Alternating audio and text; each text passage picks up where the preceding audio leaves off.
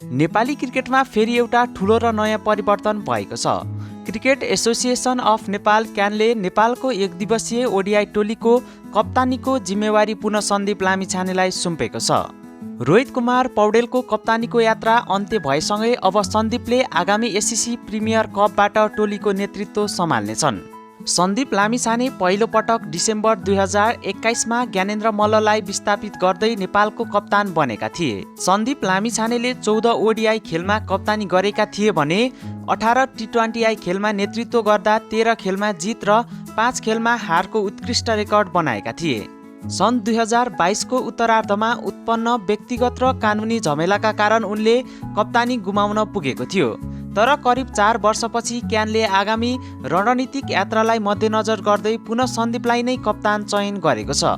त्यस्तै रोहित कुमार पौडेलको कुरा गर्ने हो भने नोभेम्बर 2022मा रोहित पौडेलले नेपाली टोलीको कप्तानी सम्हालेका थिए। रोहितको कप्तानी कार्यकाललाई नेपाली क्रिकेटको गोल्डेन इरा र उतार चढावले भरिएको समयको रूपमा लिइन्छ। लिग 2 को चमत्कारिक पुनरागमन सन् 2023मा ICC cricket world cup league 2 का अन्तिम 12 मध्ये 11 खेल जितेर नेपालले ओडिआई मान्यता बचाउनु रोहितको सबैभन्दा ठूलो सफलता रहेको थियो। त्यस्तै एसिया कप छनौट र भारत पाकिस्तानसँगको खेल एससीसी प्रिमियर कप 2023 जितेर नेपालले पहिलो पटक भारत र पाकिस्तान जस्ता ठूला टोलीसँग एसिया कप खेलेको थियो।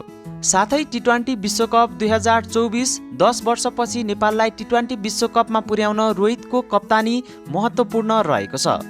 त्यस्तै रोहित कुमार पौडेलको ओडिआई कप्तानीको आँकडा हेर्ने हो भने जम्मा ओडिआई खेल 63 वटा खेलेकोमा 31 वटामा जित र हार र नतिजाविहीनको खेलको कुरा गर्ने हो भने 32 वटा खेल रहेको छ।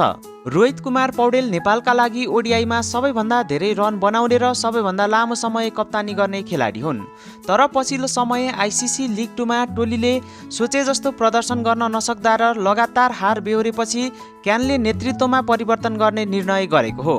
नेपालको हालको ओडिआई मान्यता सन् 2027 सम्म सुरक्षित रहेको छ। तर 2027 को ओडिआई विश्वकप छनौट र आफ्नो ओडिआई मान्यता जोगाइराख्न नेपालले लिग 2 मा उत्कृष्ट प्रदर्शन गर्नुपर्ने दबाव रहेको छ। यसै चुनौतीलाई पार लगाउन सन्दीप लामिछानेलाई कप्तान बनाएको हो। सन्दीप नेपालका लागि ओडिआईमा सबैभन्दा धेरै विकेट लिने र तीव्र गतिमा 150 विकेट पूरा गर्ने विश्वविख्यात बलर हुन्। अब उनको बलिङ धारसँगै टोलीलाई जितको दिशातिर लैजाने ठूलो जिम्मेवारी रहेको छ। रोहित कुमार पौडेलले नेपाली क्रिकेटलाई जुन उचाइमा पुर्याए त्यसका लागि उनी सधैँ प्रशंसनीय रहेका छन्।